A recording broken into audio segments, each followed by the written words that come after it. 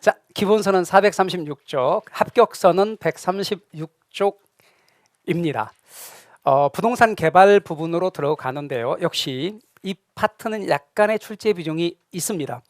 그리고 여러분들 이 점수 따기가 되게 쉬운 파트입니다. 그냥 이해만 하시고 약간만 이렇게 다루는데 익숙만 하시면 그냥 부담 없이 많은 암기하지 않아도 답을 접근하기가 편한 파트입니다. 일단 이거부터 알고 계십시오. 개발의 개념. 개발의 개념이 법령에도 있고 기출에 나온 지문이 이걸랑요. 길지만 같이 읽겠습니다. 시작. 타인에게 공급할 목적으로 토지를 조성하거나 건축물을 건축, 공작물을 설치하는 행위로 조성, 건축, 대수선, 리모델링, 용도 변경 또는 설치되거나 될 예정인 부동산을 공급하는 것. 이게 개발의 개념입니다. 그런데 이 개발의 개념에서 시공을 담당한 행위는 제외된다고 법령에 되어 있습니다. 시공을 담당한 행위는 왜 제외되냐면 시행사의 시행이 부동산 개발업의 개념에 들어가고요. 시공사의 시공은 건축 공사업의 개념에 들어갑니다. 그러니까 시공사의 시공은 단지 주문을 맡아 시행사의 주문을 맡아 건물을 지어주는 행위 개념으로서 개발의 개념 속에 들어가지 않습니다. 또한 시행사가 있고 시공사가 있는데요. 모든 공사 전 과정을 책임 맡아서 관리하는 회사, 예를 들면 토지 소유자가 시행사가 되거나 아파트 재건축 진행될 때 아파트 재건축 조합이 시행사가 되죠. 시공사는 시행사로부터 발주를 받아서 건물을 지어주는 건설회사를, 공사를 담당하는 건설회사를 가리키는 거죠. 그럼 부동산 개발업자라고 말하면 보통은 시행사를 가리키는 겁니다. 예외적으로 뒤쪽에 건설업체임에도 개발업자라고 표현할 때가 있기는 합니다만 대부분의 이러하다는 걸 알아두시면 되겠습니다. 부동산 개발을 분류할 때 물리적인 변형을 초래하느냐, 즉 눈으로 보이느냐, 안 보이느냐, 아니면 일반적으로 합쳐져 있는 짬뽕이냐에 따라서 우리 구분하는데, 토지의 물리적인 변형을 초래한다면 건축사업, 토목사업, 공공사업 같은 이게 물리적인 변형을 초래하니까 유형적 개발이고, 예를 들어서 이렇게 용도 지역 지구의 지정이나 용도 변경 같이 눈에 보이지 않는 것들은 무형적 개발이고, 유무형의 개발이 함께 이루어지는 우리 부동산 공법에서 배우는 대부분의 개발은 복합적 개발에 해당됩니다. 그래서 여러분 토지 형질 변경 사업이나 여러분 공법 도시개발법에서 말하고 있는 대부분의 개발과 관련된 도시개발 사업들은 전부 다 복합적 개발에 해당된다고 하겠습니다. 아울러 부동산 개발의 과정 같은 것들이 시험에 저렇더러 출제되는데요. 시험에 출제되는 개발의 과정 순서, 제일 먼저 구상해야 되는 거 맞죠? 개발 사업 하기 전에 아이디어 단계, 구상을 먼저 해야 된다고. 그 개발 사업을 어떻게 할 것인지 제일 먼저 구상. 자, 그게 구상이 됐으면 바로 토지 구입하면 안 되고 예비적으로 타당성을 따져봐야 돼. 토지 구입 전에 반드시 해야 될 게 예타. 여러분 대선, 얼마 전에 대선 있기 전에 가덕도 신공항과 관련돼 있는 얘기 많이 나왔던 거 아시죠? 그랬을 때 예타 면제 이런 말이 나왔었거든, 뉴스에서. 그러면 가덕도 신공항 예타 면제, 예비적 타당성 분석 내지는 예비적 타당성 조사를 면제한다는 거예요. 이 예비적 타당성 분석 과정이 규모가 큰 것들은 1년 이상씩 걸리거든. 그리고 2단계에서 타당성이 없다고 판단하면 그 사업은 엎어지는 거예요. 토지를 구입하지 않는 거예요. 근데 타당성이 예비적 타당성에서 있다고 판단하면 그때서야 토지를 사요. 토지가 구입됐으니까 세밀하게 타당성 분석이 이루어지는데, 일단 공법적인 측면에서 법적인 규제 사항들이 어떠냐를 분석해 봐야 돼. 공법상의 규제 사항을 분석하는 게 첫 번째예요. 두 번째, 부지 분석을 해야 돼. 거기다가 공항을 지어도 되는지, 거기다가 20층짜리 건물을 올려도 되는지. 예를 들어 여러분 매립한 땅이나 간척한 땅이나 이런 땅들은 되게 연약지반이거든요. 연약지반 같은 데다가 건물을 올리면 큰일 나지. 연약한 지방에다가 진짜 집안에다가 건물을 올릴 때 한계가 있을 거라고요. 그런데 20층짜리 건물을 올린 거야. 근데 20층짜리 건물을 뭐 얼마나 뿌듯하겠냐고. 가족 친지 다 불러 모아놓고 축하를 해야 될 거 아니에요. 그 축하하기 전에 테이프 딱 끊고 축하 박수 짝짝짝 박수 소리 3번에 빌딩 무너졌대. 토양 구조물에 지지 능력이 있는지 없는지 당연히 부지 분석을 해야 된다고요. 그리고 시장 상황이 어떤지, 어떤 때에 해야 될 건지, 예를 들어서 시장 상황이 안 좋을 때 딱 건물 완성됐네? 다 공실이야, 다 공실. 그러니까 시장 상황이 어떤지도 분석해야 되고, 개발비는 얼마나 들 것이며 개발에서 얻어지는 이익은 얼마만큼 들 건지 재정 분석도 해야 될 거라고요. 그런 것들을 세밀하게 분석하는 거예요. 자, 그러니까 여러분은 지금 제가 말한 걸 다 외울 필요가 없고 그냥 세밀하게 하는 게 요거고, 간단하게 예비적으로 하는 게 요거다. 근데 예비적으로 먼저 한 다음에 토지 구입을 해야지, 토지를 먼저 구입했는데 나중에 해보니까 타당성이 없으면 물리지도 못하고 망한다. 자, 그래서 이렇게 순서대로 제일 먼저 아이디어, 예비적 타당성 분석, 부지 분석, 그리고 부지를 또 구입하고 타당성 분석이 이루어져요. 그때서야 융자를 고려하고, 그리고 나서 택지를 조성하고 건물을 짓고 마케팅. 순서가 아예부타예요. 아예부타. 그리고 금건마, 아예부타, 금건마, 요 순서예요. 그래서 여러분은 아예부타, 금건마 이렇게 알고 계십시오. 제일 첫 번째 아이디어 단계거든. 그 다음에 예비적 분석을 해야지. 그 다음 땅 사는 거 부지 구입, 타당성 분석을 세밀하게 하고, 융자를 고려하고, 마케팅이 제일 나중에요. 건설, 마케팅, 아예부타, 금건마 요 순서라고. 그리고 실제 문제에도 이렇게 나왔다고요. 그러면 제일 먼저가 뭐라고 그랬죠? 그럼 니을이 첫 번째, 이게 1번. 자, 그 다음 두 번째는 예니까 여기 2번. 아예, 부, 그러니까 뭐야? 디귿이 3번. 타당성 분석이 4번. 그리고 이제 금융 단계는 없네. 그리고 건설 단계, 그 다음에 마케팅 단계. 번호를 쓴 이유는 그렇게 순서까지 잡았는데도 불구하고 못 고르는 분이 많더라. 그러니까 중요한 건 답을 안다고 그래서 답을 잘 고르는 건 아니더라. 자, 몇 번? 환장하네 진짜. 번호까지 붙여드렸는데도 거 봐요. 이렇게 1번이라는 설과 3번이라는 설이 대립되고 있습니다. 정답은 1번. 그래요. 그래서 답을 안다고 그래서 답을 푸는 건 아니다. 정답을 맞추는 건 아니다. 그렇습니다. 그래서 이제 즐겨내나 봐. 출제자들이. 쉽게 내는 것으로도 잘 알면서도 틀리시는 일들이 더러 발생하더라고요. 자, 그다음 부동산 개발의 위험입니다. 부동산 개발의 위험은 이렇게 세 가지인데, 제일 첫 번째 법이 나오면 이렇게 외울 때 법경기라고 자꾸 하기 쉽거든요. 우리가 법경기가 워낙에 습관이 들어서. 근데 법경기 아니고 법으로 시비 가린다고 알고 계세요. 법 시비, 법으로 시비 가린다. 자, 근데 위험에는 법으로 시비 가리는 건데, 첫 번째는 법률적 위험이라고 하는 게 뭐냐면, 질문합시다. 여러분, 토지 이용 규제, 이게 공법적인 측면일까 사법적인 측면일까? 토지 이용 규제.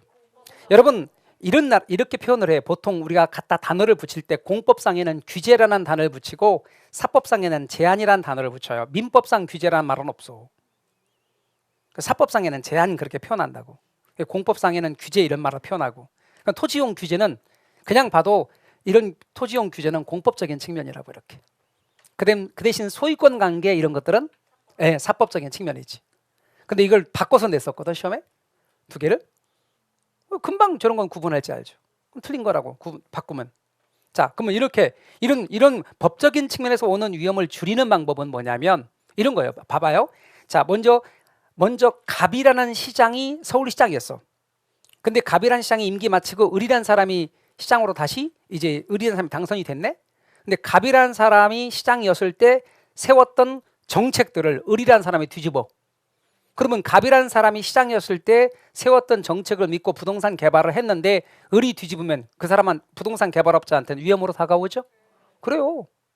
그게 바로 뭐야? 법률적 위험이라니까.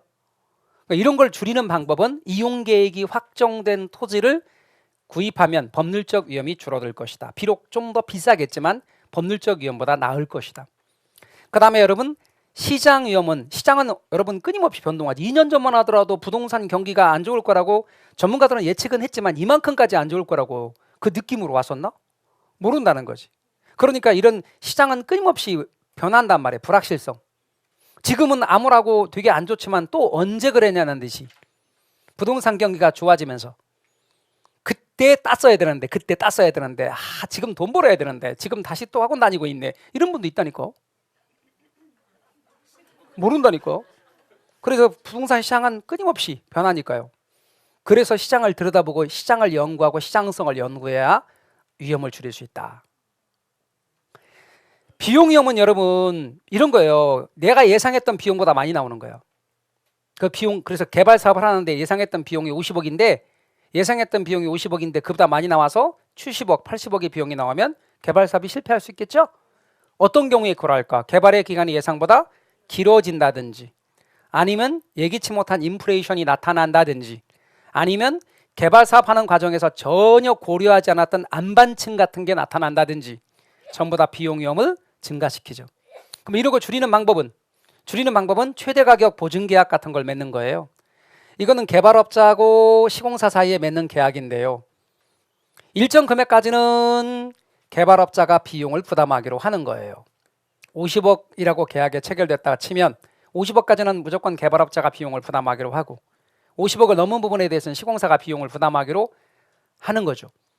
그럼 만약에 예를 들어서 시장 상황이 안 좋아서 비용이 55억이 들어갈 상황이라면 나머지 5억의 경우는 시공사가 비용을 부담해서 개발 사업을 완성해야 돼요. 그러니 개발업자는 비용 위험으로부터 자유로워져요. 그러나 시장이 안정되어서 더 낮은 금액인 예를 들어서 45억의 개발 사업이 완성이 되었다고 하더라도 얘는 50억을 물어야 돼요. 그러니까 단점은 더 낮은 금액으로 개발 사업이 완성될 수 있는 가능성도 사라지는 거예요. 그러니까 비용 위험의 의미 알아두고 외울 때는 법으로 시비 가린다, 법 시비 위험이라고 알고 계시면 되겠어요.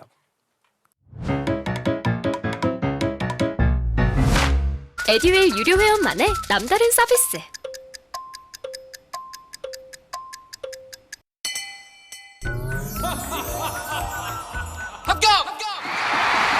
합격하고 돈도 받는 혜택.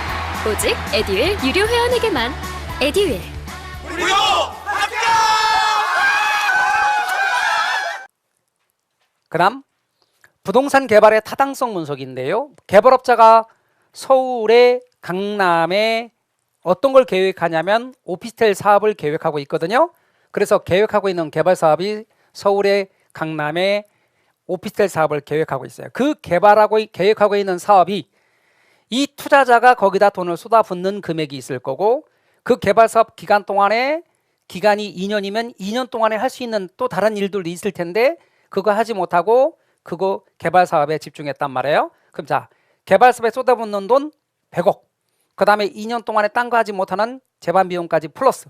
자, 그럼 명시적으로 눈에 드러나는 거 100억. 그게 명시적 비용 플러스. 그동안에 딴 거 해도 되는데 하지 못해서 들어가는 비용 묵시적 혹은 암묵적 비용이 얼마라고 하겠죠. 그거 합친 걸 뭐라고 하냐면 기회비용이라 그래요. 그럼 투자자는 언제나 그 기회비용과 그 개발 사업에서 얻어지는 개발 사업의 수익을 생각하면서 이게 더 클 때 나는 개발 사업을 하는 거죠. 그래서 여러분 투자 자본에 대한 기회비용, 말하자면 이걸 투자론에서는 투자자의 요구 수익률이라고 할 건데 적어도 개발 사업에 얻어지는 수익이 이 투자자의 요구 수익률을 이상 될 거라면 개발 사업 하는 게 낫고 아닐 거라면 안 하는 게 낫죠. 이 둘을 판단하고 비교하는 것을 타당성 분석이라 그래. 그걸 하느냐, 과연 그러한 사업이 타당하냐 아니냐 이걸 판단하는 것. 근데 이와 같은 개발 사업에 있어 타당성 분석은 보통 5단계로 구분하기도 하고 2단계로 구분하기도 하는데 5단계를 먼저 구분하면 GCC 타투예요. GCC 타투인데 이렇게 GCC 타투인데 C가 2개예요.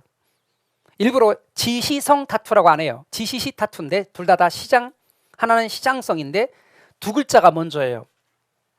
시장성 3글자가 나중이고 GCC는 묶어요. 이걸 넓은 의미의 시장 분석이라 그래요. 시장 가운데 들어가요. 그리고 둘을 묶어요.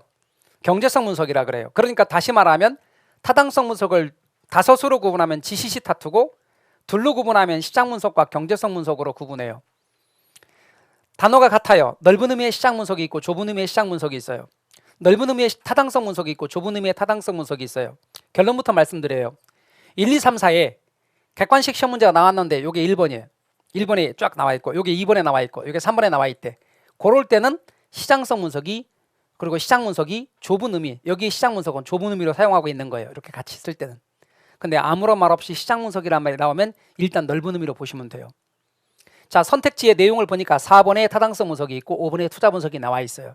그럴 때 타당성 분석은 좁은 의미예요. 그런데 아무런 말 없이 타당성 분석이라 말하면 넓은 의미로 쓴 걸로 알고 계시면 돼요. 그랬을 때 좁은 의미와 넓은 의미 차이 구분 없어요. 개념도 같은 의미처럼 생각해도 아무런 문제 없어요.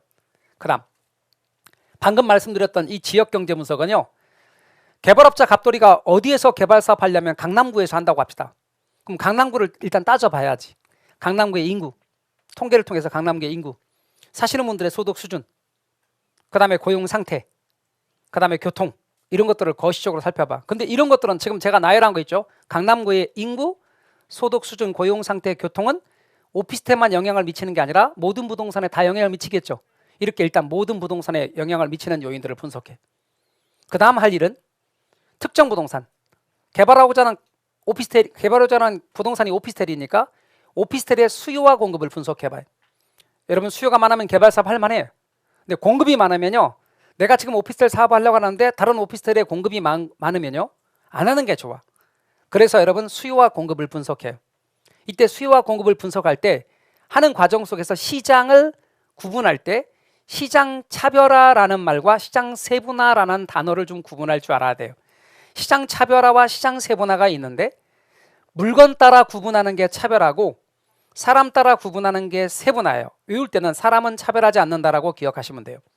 자, 그럼 물건 따라 구분하는 게 뭐라고? 네, 이렇게 차별화, 제품 특성에 따라 시장을 나누는 거예요.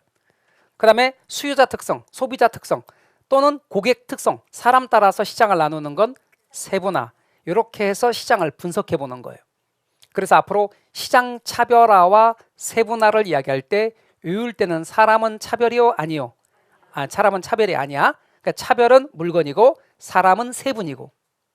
와서 수요와 공급을 분석한대요. 수요가 많네, 개발사업 할 만해. 자, 그렇다면 이제 개발사업 하기로 했어요. 근데 중요한 건 개발사업을 하기로 했지만 내가 다른 어찌됐거나 경쟁자가 있을 거 아니냐고. 그러면 걔네들하고 경쟁하겠죠. 뭐가 있어야 돼? 내가 뭐가 있어야 돼? 경쟁력이 있어야 돼. 경쟁력, 시장성, 경쟁력이 있는 게 시장성이에요. 앞으로 여러분이 주목해서 보여야 할 단어가 경쟁력, 시장성. 그럼 시장성이란 구체적으로 매매나 임대 가능성. 매매나 임대 가능성을 따져보는 거예요. 오피스텔에 매매나 임대 가능성이 있어야 경쟁력이 있는 거고 시장성이 있는 거예요. 구체적인 내용이 뭐냐? 시장성 분석의 구체적인 방법으로 흡수율 분석이라는 게 있어요. 흡수율 분석이라고도 하고 흡수 분석이라고도 하는데 흡수율 분석은 이런 뜻이에요. 지난 한 해 동안 1년이라고 합시다. 강남구에 공급된 오피스텔이 100채라고 가정해봐요. 근데 그중에 몇 채가 시장에서 매매나 임대되었는가를 분석하는 거예요. 이때 매매나 임대, 흡수란 단어가 있는데 여러분 시험 문제에서 저렇게 주잖아요. 저 단어가 특별하게 눈에 딱 띄기 때문에 공부 안 한 분도 이게 흡수율 분석인지 알아. 1, 2, 3, 4에 있으면. 그럼 출제자는 저 말을 저 단어로 힌트를 주고 싶지 않은 거지. 그래서 답은 흡수율 분석을 찾아야 되는데 이 단어를 여기다 안 써요. 그럼 이 단어와 똑같은 단어가 뭔데? 소비. 그러니까 여기다 소비로 딱 바꾸는 거예요. 얼마나 소비되었는가를 분석하는 거예요. 근데 소비라는 말을 풀어 말하면 분양 내지는 매매나 임대 가능. 그러니까 매매나 임대되었는가를 분석하는 것. 이렇게 바꿔도 돼요. 그래서 여러분은 여기서 소비, 흡수는 매매나 임대를 가리키는 거다. 매매 또는 임대. 이렇게 매매나 임대 되었나를 따져보는 거예요. 그러니까 여러분 흡수율이라고 하는 게 시장에 공급된 부동산이 단위 시간 동안에 시장에서 흡수된 비율이거든요. 자, 그럼 이렇게 절 보실래요? 시장에 전년도에 100채가 공급됐는데 그중에 80채가 매매나 임대됐대. 시장 흡수율은 몇 퍼센트? 80%. 100채가 공급됐는데 90채가 매매 임대되었대. 90%. 100채가 공급됐는데 100채가 다 매매나 임대됐대. 100%. 그러면 시장 흡수율이 높으면 높을수록 시장성은 높다. 그 다음에 시장 위험은 낮다. 그 다음 흡수 시간은 시장에 공급된 부동산 100채가 전량 다 매매나 임대되는 데까지 걸린 기간은 몇 개월이냐? 6개월이다. 그럼 흡수 시간 6개월. 1년이다. 흡수 시간 1년. 자, 그럼 질문 드립시다. 흡수 시간은 이렇게 짧을수록 유리해, 길수록 유리해? 짧을수록 유리합니다. 그래서 흡수율은 높을수록 흡수 시간이 짧을수록 시장 위험은 낮고 시장성은 높다. 그렇죠? 그리고 여러분 이 흡수율 분석을 하는 목적은 단순히 과거나 현재에 초점이 있는 게 아니고 미래의 흡수를 파악하는 게 목적이라는 것 잊지 마세요. 그러니까 현재나 과거나 여기에 초점이 아니에요. 미래 흡수를 파악. 다시 말하면 내가 개발하는데 앞으로 2년 후에 분양할 거거든. 그때 매매나 임대가 잘 될 건지를 따져보는 게 목적이라고. 뭔 말인지 아셨죠? 지금 분석을 하지만 지금 과거도 따지고 현재도 따지지만 그걸 통해서 미래 내가 지금 앞으로 2년 후에 분양할 건데 그때 분양이 잘 될 것인지를 따져보는 게 초점인 거예요. 그러니까 여기에 과거나 현재가 나오면 틀린 거예요. 돌아와서 여기까지는 돈 얘기 안 나와. 돈 얘기 안 나와요. 돈 얘기는 여기서부터 나와요. 이걸 근거로 해서 기초로 해서 과연 수익이 많을 건지 아니면 지출이 많을 건지 따져봐야 돼. 수익이 많으면 수익성이 있다 그래요. 지출이 많으면 수익성 없다 그래요. 그 수익성 있는지 없는지 여부를 판단해야 돼. 그럼 왜 이걸 판단하느냐? 개발 사업의 비용이 100억이나 들어가거든. 근데 그만큼 내가 돈이 없어. 그래서 어떻게 하기로 했어요? 투자자를 모집하려고. 그러면 사람들을 모아놓고 투자자 모아놓고 이제 사업 브리핑을 해야 될 거 아니냐고. 이렇게 수익이 나올 거라고. 충분히 나올 거라고 확신을 주고 투자자를 모집할 만큼 충분하게 수익이 있는지를 판단해서 사업성이 있다고 판단이 되면 투자 결정을 하는 거지. 그래서 여러분 순서가 지시시 타투. 지시시 타투. 그런데 지시 타투지만 크게 말하면 시장 분석, 경제성 분석. 그럼 뭐가 먼저야? 시장 분석이 먼저지. 얘가 나중이지. 그러면 먼저 하는 분석을 무슨 분석이라 그러냐면 선행 분석이라 한단 말이에요. 시장 분석이 선행 분석이고 경제성 분석이 후행 분석이고. 그러면 문제가 만약에 이렇게 주어졌다고 봐요. 자, 해당되는 걸 고르래. 그래서 특정 부동산의 경쟁력을 중심으로 경쟁력을 따져보는 거예요. 그리고 부동산이 분양될 수 있는가. 아까 제가 분양 가능성은 다른 말로 매매나 임대 가능성이라고 그랬죠. 그럼 이런 단어를 딱 봐도 무슨 분석이요? 시장성 분석. 그 다음에 타당성 분석에 활용된 투입 요소가 변함에 따라 결과치가 얼마나 바뀌는가는 아직 안 배웠어요. 어디서 공부할 건데? 투자롤에서 공부할 거예요. 그런데 이걸 뭐라고 하는데? 민감도 분석이라 그래요. 그래서 1차 민감도 분석이란 말 하나 알아두시면 좋겠고, 얘는 시장성 분석, 그리고 얘는 민감도 분석이다. 답은 몇 번? 5번이 되겠어요. 참고로 이런 거는 마케팅에서 다루게 되는데 우리와 직접적인 관계가 없으니 공부 안 해도 돼요. 야, 그런 게 있다. 됐죠? 그렇게 하시면 되겠습니다. 그 다음 넓은 의미의 시장 분석과 경제성 분석 이야기를 좀 해볼까요? 두 단계로 구분하면 시장 분석과 경제성 분석이라 그랬는데, 여러분 시장 분석이 선행 분석이죠. 그런데 제가 아까 넓은 의미나 좁은 의미나 개념상의 차이는 없다고 그랬어요. 그냥 수요와 공급을 분석하는 거예요. 왜? 특정 개발사업 오피스텔이 강남이라는 그 시장에서 과연 채택될 수 있냐 없냐 그거 따져보는 거예요. 자, 그럼 따져봤어요. 근데 수요가 더 많더래. 그럼 할만하죠? 이때 모두 같이 해봐야 되냐면 각종 제약 조건에 대한 분석을 해봐야 돼요. 각종 제약 조건이 뭐냐면 일단 거기다가 건물을 올리는 게 물리적으로 가능한지, 오피스텔 20층짜리 짓는 게 물리적으로 가능한지, 법적으로 문제 없는지, 그 다음 비용 대비 수익이 나올 건지, 그 다음에 거기다가 오피스텔 지었을 때 지역 주민들이 반대 안 할 건지, 지역 주민들의 여론은 어떤지, 이런 거 다 따져봐야 돼요. 각종 제약 조건에 대한 거.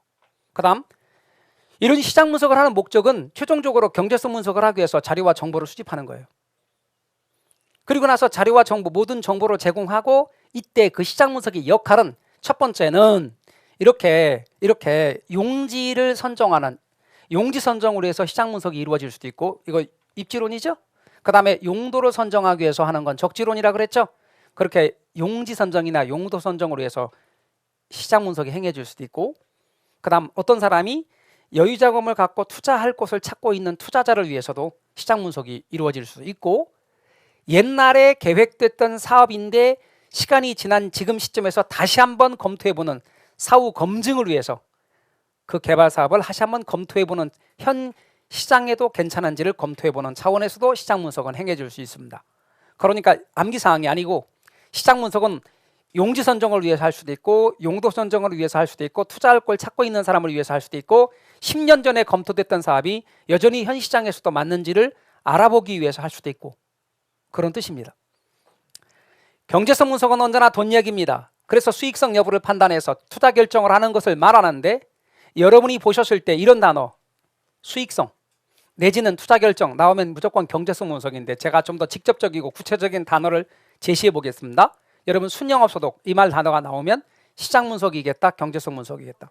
경제성 분석입니다. 세전, 세후 현금 흐름 경제성 분석입니다. 혹시 총비용 나오면 경제성 분석입니다. 돈 얘기는 경제성 분석이다라고 하는 걸 잊지 마시기 바랍니다.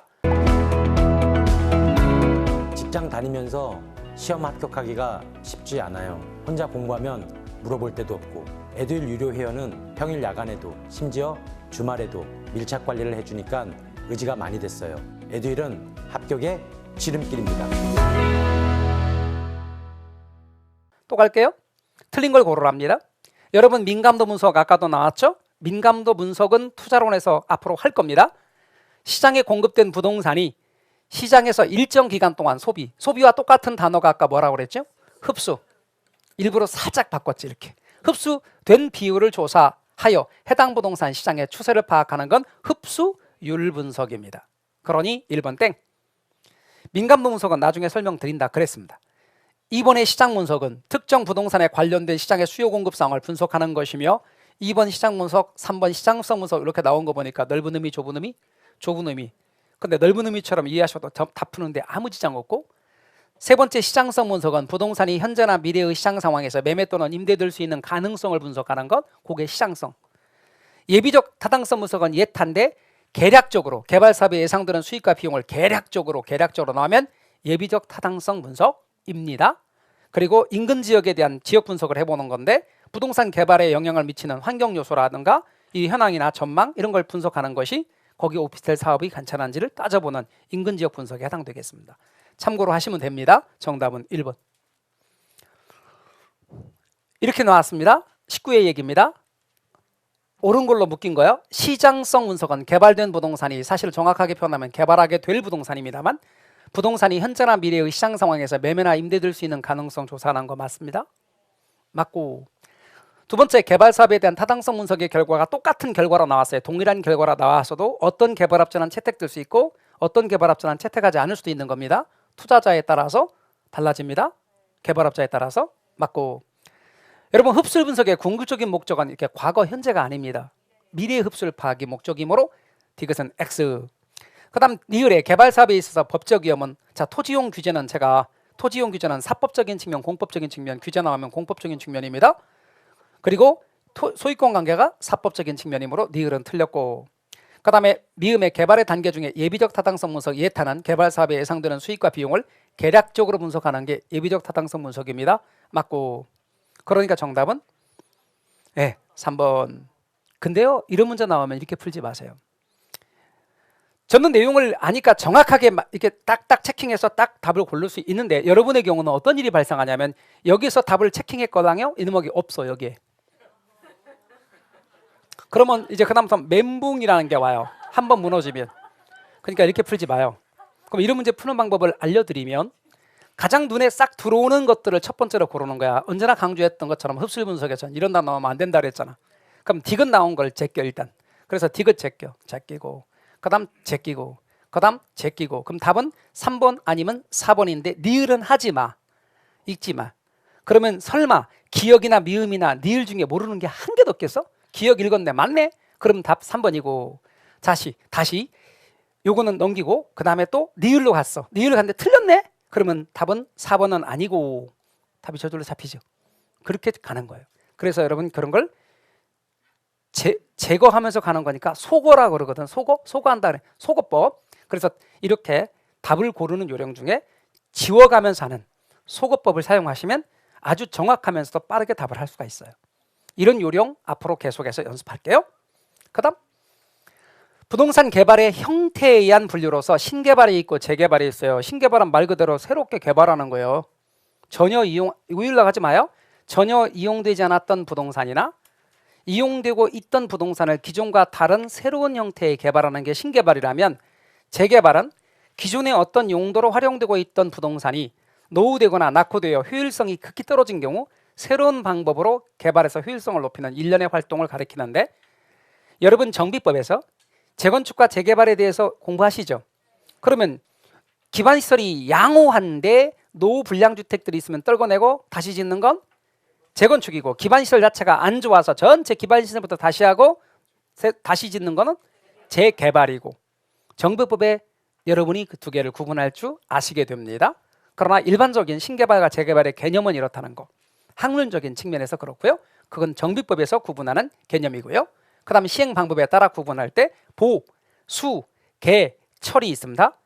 보존 재개발은 지금의 상태가 너무 양호해. 지금의 상태가 너무 양호하니까 어떻게 해야 돼? 잘 유지해야지. 여러분 절대로 그냥 농담으로 말하는 거니까 절대로 그냥 의미 부여하지 마세요. 우리 젊은 사람들 같은 경우 지금 상태 양호하잖아. 그러니까 어때요? 잘 관리하려고 하는 거지. 보존하려고. 젊음이 무기라니까. 뭐 어떤 것도 못 이기는 무기 아니에요. 그게 뭐야? 보존 재개발. 여러분 우리 지금 유지하고 싶은 분 있잖아. 막 별걸 다 하잖아. 막 찍어 바르는 것도 하고, 막 사진도 찍잖아. 막 이렇게 하고. 그 뭐라 그래? 아, 그치. 프로필, 바디 프로필 막 그렇게 한단 말이야. 그게 다 뭐야?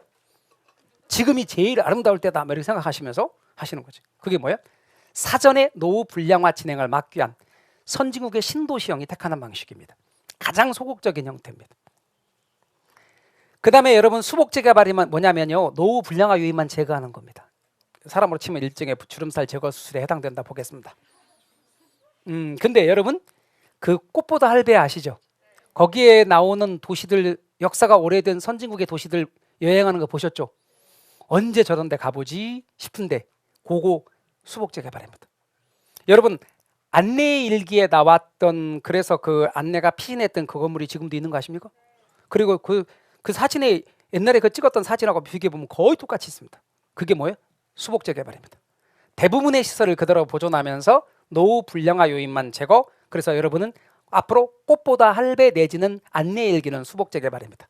그것도 기억이 안 나면 주름살 제거 수술이라고 생각해 주면 좋겠습니다. 역사가 오래된 도시, 노후 불량화 요인만 제거하는 것입니다. 선진국의 역사가 오래된 도시들이, 우리나라 같은 경우는요 없어. 50년 전 거 가보면은 없어. 저는 어릴 때는 시골에서 태어났거든요. 나중에 이제 뭐 서울에 올라와서 자랐습니다만, 그래도 어릴 때 아주 어릴 때의 기억들이 다 남아 있어요. 그래서 그림으로 그려보라면 그릴 수도 있을 만큼 남아 있어요. 그러니까 거기를 가보고 싶은 거야. 이제 가보고 싶은 거야. 그래서 이제 가족들과 아이들과 함께 다 같이 갔어요. 그리고 내비도 정확하게 찍고 갔는데, 제가 알고 어릴 때 있었던 어릴 때 아버지가 만들어준 대나무 낚싯대로 붕어 잡던 그 개울이 있었는데 개울이 없어. 싹 다 바뀌었어요. 그 흔적 자체가 한 개도 없는 거예요. 이야, 그렇게 바뀌었어. 그러니 하물며 200년 전께 우리나라에 있겠냐고. 없어, 우리나라 거. 이게 참 슬퍼. 그죠? 예, 없어요. 근데 이제 역사도 오래된 도시들 같은 데는 이게 남아 있다는 거 아닙니까? 역사가 오래된 선진국의 도시들. 그 다음에 요거는 뭐예요? 그 상태로 그대로 있으면 불편해. 불편하니까 어때요? 자, 한옥 형태 불편해. 그러니까 어때요? 안에 주방은 현대식으로 하고 화장실도 현대식으로 하고, 그런 건 일종의 개량이지. 그래서 기존 시설의 확장 및 개선, 새로운 시설의 첨가를 통해서 도시 기능을 높이는 것. 그게 개량 재개발이지. 그 다음에 철거 재개발은요, 완전 뜯어 고치는 거예요. 싹 다 뜯어 고치는 거지. 그래서 기존 환경을 완전히 재개하고 새로운 시설물로 대체하는 것, 가장 전형적인 도시 재개발이 바로 철거 재개발입니다. 그래서 보수 개철. 그 다음에 토지 취득 방식에 따라서 단순 개발 방식과 토지 형질 변경 사업이 대표적인 예입니다. 여러분 지주가 자기 돈 내고 개발하는 방식. 그 다음에 여러분 환지 방식 아시죠? 도시개발법에서 배우셨죠? 네, 환지 방식입니다. 이만한 땅을 가져다가 대지로 구획을 하고, 이렇게, 그럼 이만큼은 어떻게 되고 재분배. 여러분 환지라고 그러죠? 재분배 설계합니다. 그리고 개발사업의 비용으로 충당하는 땅, 요 뭔데? 채비지. 요거는 공공용지나 녹지 등으로 남겨둔 땅 뭔데? 보류지. 그리고 이게 환지 부분이죠. 그런데 이게 도시개발법을 깊이 있게 공부하게 되면 개발법 말고 시행령 말고 시행규칙 같은 데 보면 환지 설계할 때 평가식, 면적식 이런 게 있어요. 그래서 개발된 토지를 토지 소유자에게 재분배하는 방식이라고 알고만 있으면 돼요. 개론에서. 그리고 개론에서는 공법에서 공부한 걸 그냥 따왔다고 생각하면 돼. 그러니까 어디서 공부하고? 공법에서 공부하고, 자 이런 얘기 잘 모르시면 공법에서 공부하는 거예요. 그거 개론에서는 덤으로 먹는 거야. 그런데 개론에 공법 질문을 하시거나 민법 질문 하시는 분들이 계시는데, 몰라 이렇게 평가식, 면적식 이런 거 있다는 거예요. 아셨죠? 예, 그래 있다고만 알고 계셔요. 자, 그 다음에 매수 방식은 수용하는 거, 수용 방식. 그래 전면 매수해 버리는 거예요. 그래서 여러분 1970년대 지금은 LH공사가 우리말로 말해봐요. 토지주택공사. 그전에는 토지공사 따로 있었고 주택공사 따로 있었거든요. 토지공사가 돈이 없었을 당시는 주로 환지 방식을 했었어요. 그러다가 공사가 여력이 생기자 80년대부터는 수용 방식, 매수 방식을 주로 택하기 시작한 거지. 요건 토지 소유자의 권리가 없잖아. 그러니까 개발 사업이 진행이 아주 용이해. 요건 토지 소유자의 권리가 있는 거지. 이거보다 이것이 개발 사업을 할 때 훨씬 더 용이하게 할 수 있다 그 말이에요. 그리고 실제로 이거는 이만큼이 환지되긴 하지만 그전보다 더 줄어들게 토지가 들어오긴 하지만 구획된 토지이기 때문에 택지 가격이 높잖아요. 토지 소유자 입장에서 유리하지. 그래서 환지 방식, 매수 방식. 그리고 양자를 합친 게 혼합 방식이라고도 하고 혼용 방식이라고도 해요. 그래서 혼합 방식 혹은 혼용 방식은 이 둘을 합친 거. 그 밖에 합동 신탁 개발 방식이란 것도 있더라. 질문요. 딴 거 보지 말고 택지가 개발되기 전 토지 위치, 지목, 면적, 등급, 이용도, 기타 사항 고려해서 택지가 개발된 후에 개발된 토지를 토지 소유에게 재분배하는 방식, 도시개발 사업에서 많이 이용하는 방식은 환지 방식이다. 이렇게 알아두시고 요건 참고. 공법 시간에서도 잘 안 하니까 참고. 이거 시행 규칙에 있는 거예요. 그러니까 참고. 공법에서 치면 안 나오는데 잘. 그냥 요것만 딱 보시면서 환지 방식. 그다음. 그러니까 이런 거는 저한테도 묻지 말고 공법생한테도 묻지 마요. 아셨죠? 시행 규칙이 있는데 쓸데없이 그런 것까지는 할 필요가 없죠. 그 다음 개발 주체에 따른 분류입니다. 공용개발, 민간개발, 민관합동개발 방식이 있는데요. 공용개발은 개발의 주체가 국가나 지방자치단체 또는 공사가 개발의 주체가 되는 거예요. LH공사가 개발의 주체가 되면 공용개발이에요. 민간이 개발의 주체가 되면 민간개발이에요. 근데 얘네 둘이 합쳐서 같이 하는 거야. 그러면 행정과 관련된 것들은 공공이 담당하고 건설하고 그런 것들은 민간이 담당해서 하는 것은 민관 합동개발 방식입니다. 이걸 민간 합동개발 사업이라고도 말합니다. 우리 이렇게 말합니다. 영어로는 여러분 이 공적인 부문을 1섹터라 그래요. 그래서 얘는 1섹터 개발이에요. 요거는 2섹터라 그래. 2섹터 개발이에요. 그러면 얘는 뭐게요? 그렇죠. 3섹터 개발이라 그래요. 그래서 여러분 개발을 공적인 부분에서 공영 개발하는 저 부분이 1섹터 개발, 민간에 의한 개발은 2섹터 개발, 민과 관이 함께하는 개발, 민관 합동 개발 사업은 3섹터 개발이라고 말하기도 합니다. 그리고 실제로 여러분 요게 시험에 나온 적이 있습니다. 그다음 개발 방식에 따라 분류할 때 자체 개발 사업이 있고요. 지주 공동 사업이 있고요. 토지 신탁 개발 방식이 있고요. 컨소시엄 구성 방식이 있는데요. 크게 4개. 그중에 봐봐요. 지주가 누구요? 토지 소유자. 토지 소유자고 개발업자가 함께하는 것으로 공사비 대물 변제형, 공사비 분양금 지급형이라고도 하고 정산형이라고도 하고 청산형이라고도 해. 그 다음에 사업 위탁 방식이 있습니다. 그런데 여러분 먼저 첫 번째 자체 개발 사업은 토지 소유자가 다 하는 거죠. 그럼 토지 소유자가 다 하니까 토지 소유자가 사업을 기획을 하고 직접 자금 조달해서 시공과 시행을 하는 방식입니다. 얘는 말이죠. 가장 일반적으로 많이 이용되는 것인데 자금의 조달은 토지 소유자가 다 해요. 토지 소유자가 자기 갖고 있는 돈으로 하거나 없으면 땅 담보로 해서 금융권으로 자금부터 조달해요. 금융권으로부터. 그리고 건설도 건설 경험이 있으면 자기가 직접 하거나 아니면 건설사, 시공사를 선정해 갖고 발주해서 건축 진척도에 따라 대금을 지급하는 방식. 마케팅도 상권이 양호하고 자기가 경험이 많으면 직접 하기도 하고 아니면 대행사를 시키기도 하고. 자체 개발 사업의 장점은요. 자기가 직접 하니까 개발 사업 이익이 본인한테 다 가는 거예요. 그리고 사업 시행자 의도대로 사업도 빨리 진행돼요. 그리고 사업 시행 속도도 진짜 빨라요. 근데 이런 장점만 있느냐? 단점이 위험이 뒤따 높아요. 위험이 아주 높다. 그러다 보니 위험도 높고 자금을 조달할 때 부담도 커요. 따라서 위기관리 능력이 요구돼요. 그래서 나오는 게 토지를 대는 쪽과 개발의 노하우를 대는 쪽이 함께하자 하는 지주 공동사업이 나오게 됐어요. 그게 지주 공동사업이에요. 그러면 지주 공동사업에 등장하는 쪽은 누구하고 누구예요? 그렇죠. 토지 소유자하고 개발업자지. 그럼 자, 여러분 여쭤볼게요. 이 중에서 땅을 대는 사람은 누구겠어? 그렇죠. 그럼 개발의 노하우를 대는 쪽은 개발업자지. 이렇게 기본 원리만 알면 이 내용이 좀 편하고 쉽게 다가와요. 자, 우리 이야기 일부러 끊겠습니다. 좀 이렇게 쭉 붙이는 게 중요해서 여기서 끊을게요. 쉬었다가 계속해 나갑시다.